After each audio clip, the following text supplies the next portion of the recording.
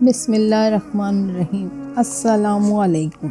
ایران کا گورنر کیسے مسلمان ہوا؟ ہرمزان نہاون کا ایرانی گورنر تھا، مسلمانوں کا کٹر دشمن تھا۔ وہ بڑا جان باز سپاہی تھا اور اس کی وجہ سے مسلمانوں اور ایرانیوں کے درمیان کئی ایک لڑائیاں ہوئیں۔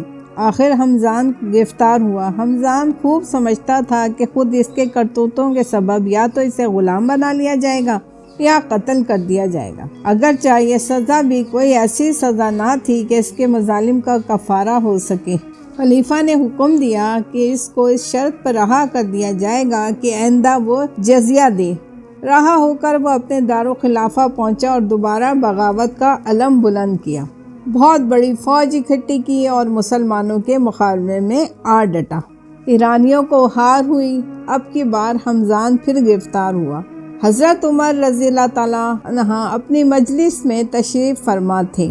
ہرمزان ان کے روبرو پیش کیا گیا۔ ہرمزان کے چہرے کا اتار چڑھاؤ بتا رہا ہے کہ وہ اپنے آپ کو چند لمحوں کا مہمان سمجھتا ہے۔ ہرمزان اور خلیفہ کے درمیان یوں گفتگو ہوئی۔ خلیفہ: نہاون کے باغی گورنر تم ہو؟ ہرمزان: ہاں میں ہوں۔ خلیفہ: اور تم نے ہمارے ساتھ بار بار عہد توڑا؟ ہرمزان: ہاں۔ خلیفہ: اور تم جانتے ہو اس جرم کی سزا موت ہے؟ ہرمزان: مجھے علم ہے۔ خلیفہ: اچھا، تم اس سزا کے لیے تیار ہو؟ ہرمزان: تیار ہوں، مگر مرنے سے قبل ایک خواہش رکھتا ہوں۔ خلیفہ: کیا؟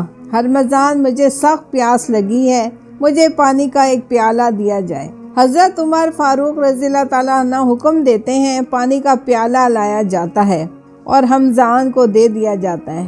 ہرمزان: خلیفۃ المسلمین، مجھے خوف ہے میرے پانی پینے سے قبل ہی میرا سر نہ اڑا دیا جائے۔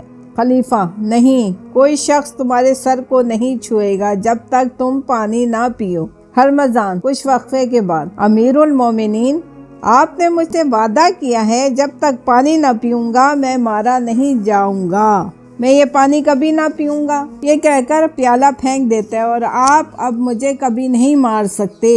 خلیفہ مسکرا کر: گورنر، یہ تمہاری عجیب چال ہے، مگر خیر، عمر کو اپنے لفظوں کا پاس ہے، جاؤ تم آزاد ہو۔ کچھ عرصہ گزرنے کے بعد ہرمزان اپنے ہمراہ چند ساتھی لے کر حاضر ہوا اور یوں گویا ہوا: یا امیر المومنین، ہم سب ایک نئی زندگی کی تلاش میں ہیں، ہمیں اسلام کا راستہ بتائیے۔ جزاک اللہ۔